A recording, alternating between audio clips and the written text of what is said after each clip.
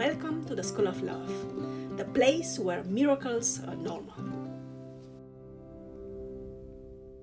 Hello and welcome to the School of Love, the place where we learn practical tools based on scientific research and our own experiences towards improving ourselves, living life to its fullest, and contributing to the best of our abilities to the world around us. I'm Dr. Grajdian, and I am a professor of media studies and anthropology at Hiroshima University. In my free time, I am doing my best to guide you in building up a life of contentment, joy, and fulfillment while applying lessons learned in school to overcome the difficulties, challenges, and insecurities of the real world. Today's video is part of a new series on life at 45. As I have entered the second half of the 45th year of my life, there are specific thoughts and emotions I have been experiencing. While these are insights coming from myself as a woman, mother, and citizen, I deeply hope they might be helpful and useful for men as well. In today's video on Life at 45, I share my thoughts on love and how the perception of what love as romantic attraction with a specific person has started to change as soon as I entered the fourth decade of my life. The most preeminent shift is possibly the fact that love and romantic attraction started to lose their central position in my life after having been the core preoccupation ever since I know myself. So why suddenly things started to change as soon as I and those around me hit our 40s? This video explores this question on a personal level.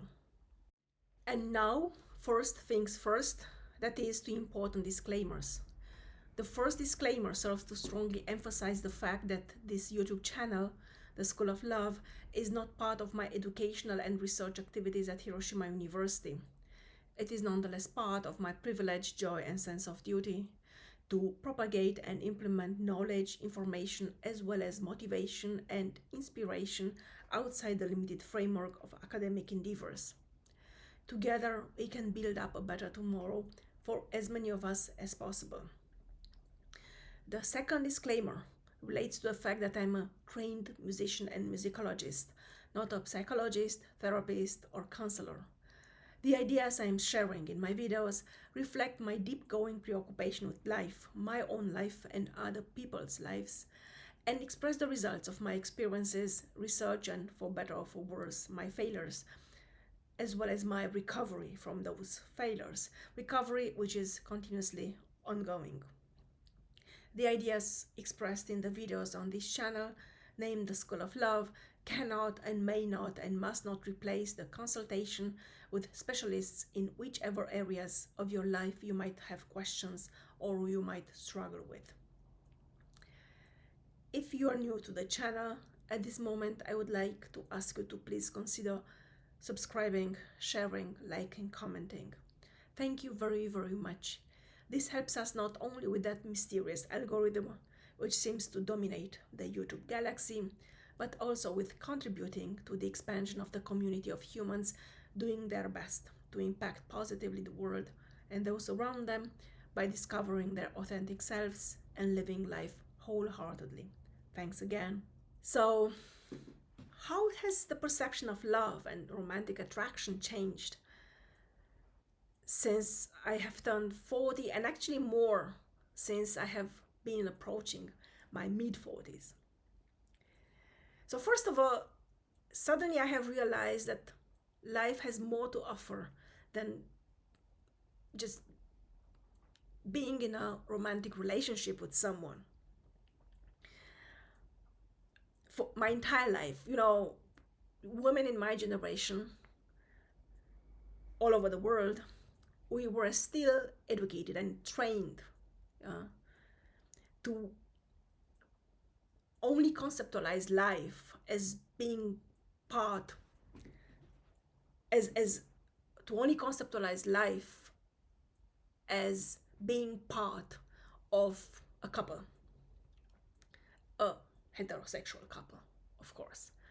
Things are changing nowadays, but it's very important to understand that things are changing. my generation is still very much educated in the spirit.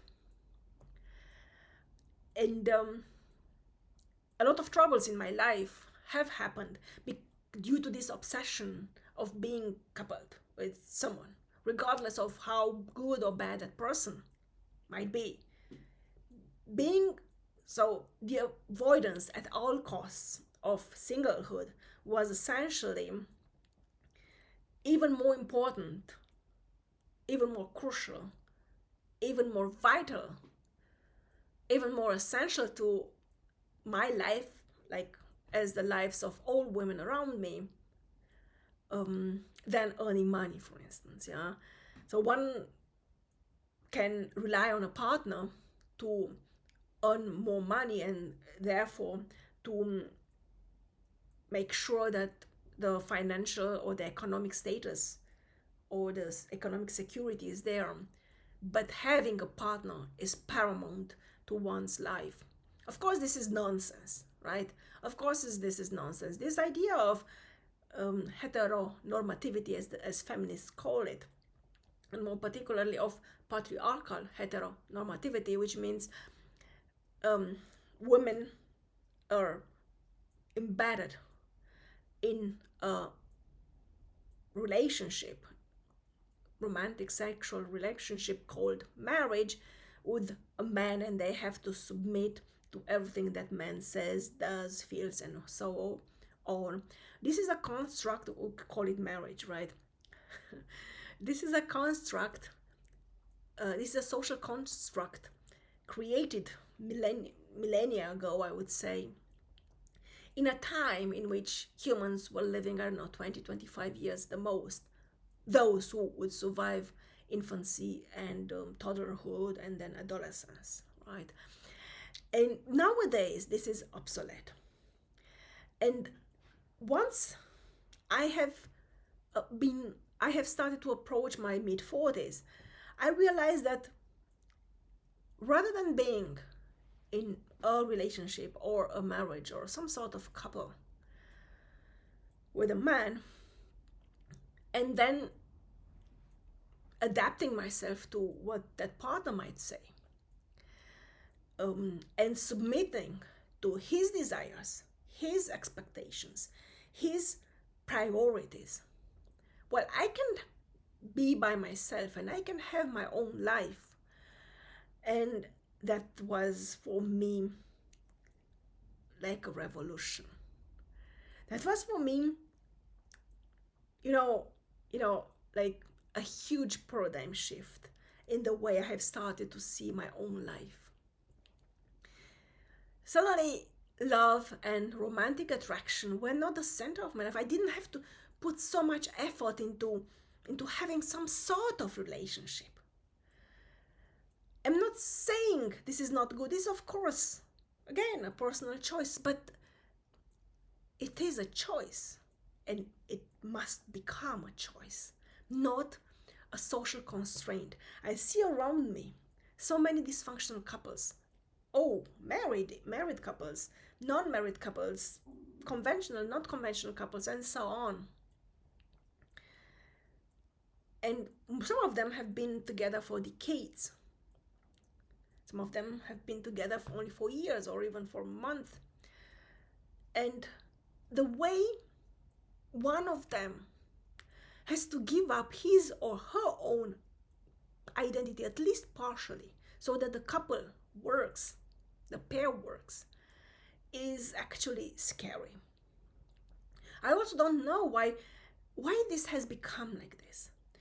I draw it on the fact that we live much longer lives than before, and that the social system is changing because we are living such long lives. For me, deciding that, well, unless a partner is really a plus and a benefit to my life, I would prefer to stand on my own. What was a huge decision, and at least at the moment, I'm still thinking It was one of the best decisions of my life. It also set me free. It set me free from this pressure of finding someone for the sake of finding him and then keeping him for the sake of keeping him. It set me free to just see man, as human beings, as beautiful human beings. Yes, to a certain degree, difficult to understand because they are man and I'm a woman, or because they are different. They are human beings.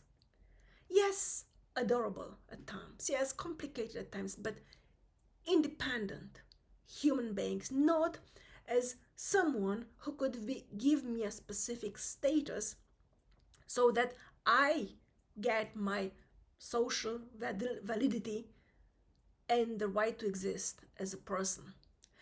It set me free to treat men as human beings, to see them in their intrinsic humanity, to respect and admire them and accept them for who they are, not for what they could give me in terms of status, particularly, because I don't need financial support and security from a man. It was such a liberating experience to decide that I can be myself and I deserve to be myself, and I can relate to men as an independent human being towards them as independent human beings. We can respect each other. And if they cannot respect me in a similar manner, then it's so much easier to just let go of that person and to say, well, our interaction is not moving in the direction which would be suitable for my own preferences, at least at the moment. That was a very liberating experience. That was an experience which set me free. And freedom, some of you might know already, is for me paramount. It's the most important thing we have in this life. And keeping it alive and preserving our freedom while respecting the freedom of others is one of the major duties of who we are as humans. And of course, not hurting the others. So I hope my current understanding of love and romantic attraction and the way it has changed from its previous understanding helps you and gives you some anchoring points in developing your own perspective. Thank you for joining me. Thank you for listening to me, and I'm looking forward to welcoming you very soon again. Love and peace to you all.